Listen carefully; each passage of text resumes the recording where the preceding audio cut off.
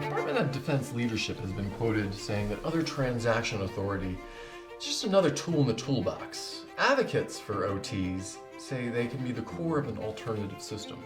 Tool in the toolbox is an interesting concept. Claude Bolton, who studied OTs in the 1990s when he was a major general in the Air Force, issued a report on the utility of OTs for the Air Force. And there was a graphic in that report, and it talked about the acquisition toolbox. And it laid out different ways of doing business. Acquisition under the Federal Acquisition Regulation, buying goods and services, using assistance instruments like grants and cooperative agreements, contracts like sales contracts. I mean, the Department of Interior sells wood to companies that need the resources of the forests. So in a sense, OTs fit into that toolbox, although they don't fit into one space in that toolbox. They are spread across the range of that toolbox. Another way of looking at other transactions, however, is that they do in fact constitute the core of an alternative to the acquisition system. Namely, there is a legal authority to conduct science and technology projects using other transactions. There's legal authority to conduct prototype projects relevant to enhancing the capabilities of military personnel and their systems and subsystems, components, and materials. There's legal authority to enter into follow-on production contracts after a successful prototype project. And there are even examples of using other transactions in the sustainment area to develop replacement components, parts, and materials for legacy systems. So the combination of the various legal authorities to perform other transactions can be put together in a way that creates a complete alternative to the FAR DoD acquisition system under 5000 DoD instruction 5000.2. So I suppose you could look at them either way. You could take the limited view, oh, it's just a tool, I can use an OT instead of a procurement contract or a cooperative agreement under the appropriate circumstances. But if you have a broader vision, you would say, no, I don't have to do business under what the Packard Commission called the cost too much, takes too long system. There's another system out there that allows me to create multi-party arrangements. It allows me to have defense contractors partnering with commercial companies. It allows the government to structure transactions in ways that are quite different than a normal procurement contract.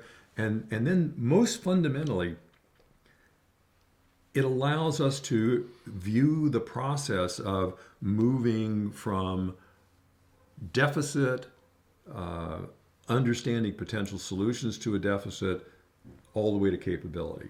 Today, we have a system that's broken up. Today we have people doing science and technology work that are disconnected from the acquisition system that actually develops capabilities that are going to be fielded.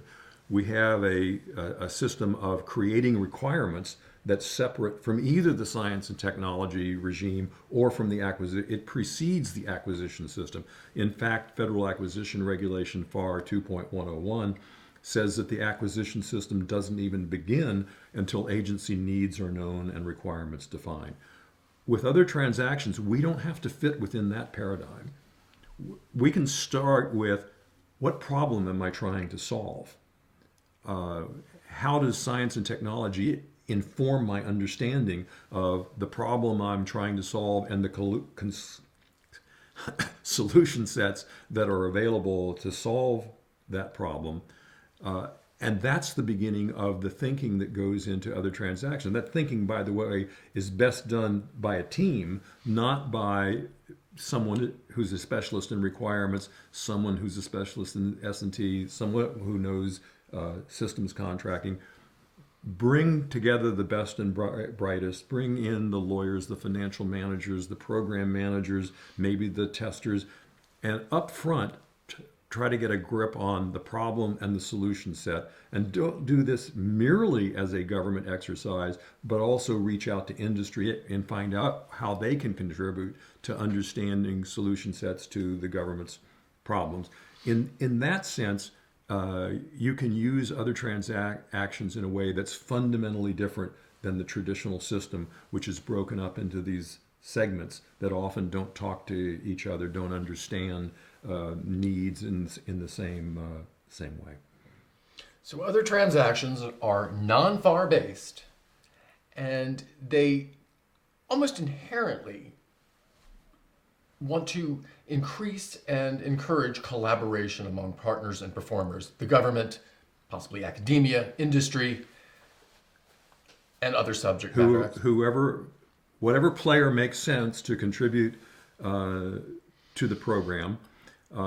Yes, you can bring in a diverse cast of hearing. In fact, the original 2371 authority had a litany of who you could do business with. And the first word was any person. And then there was a litany of companies and state and local governments and academia. And the last word was, and any other entity. So the idea that you don't just do business with an existing stable of potential performers, but you go out and you reach out to whoever can help contribute to solving problems and fielding capabilities that are needed by our fighting forces, by the fleet and force. It's an open field, and you're not restricted to who you do business with. By the way, that language is not in the current version of 10 U.S.C. 2371, but if you go back and trace the legislative history, the amendment that dropped it out was not intended to change the fact that you could do business with all those different types of entities. If you're curious about other transactions and what they can do for you and your team, please visit thestrategicinstitute.org.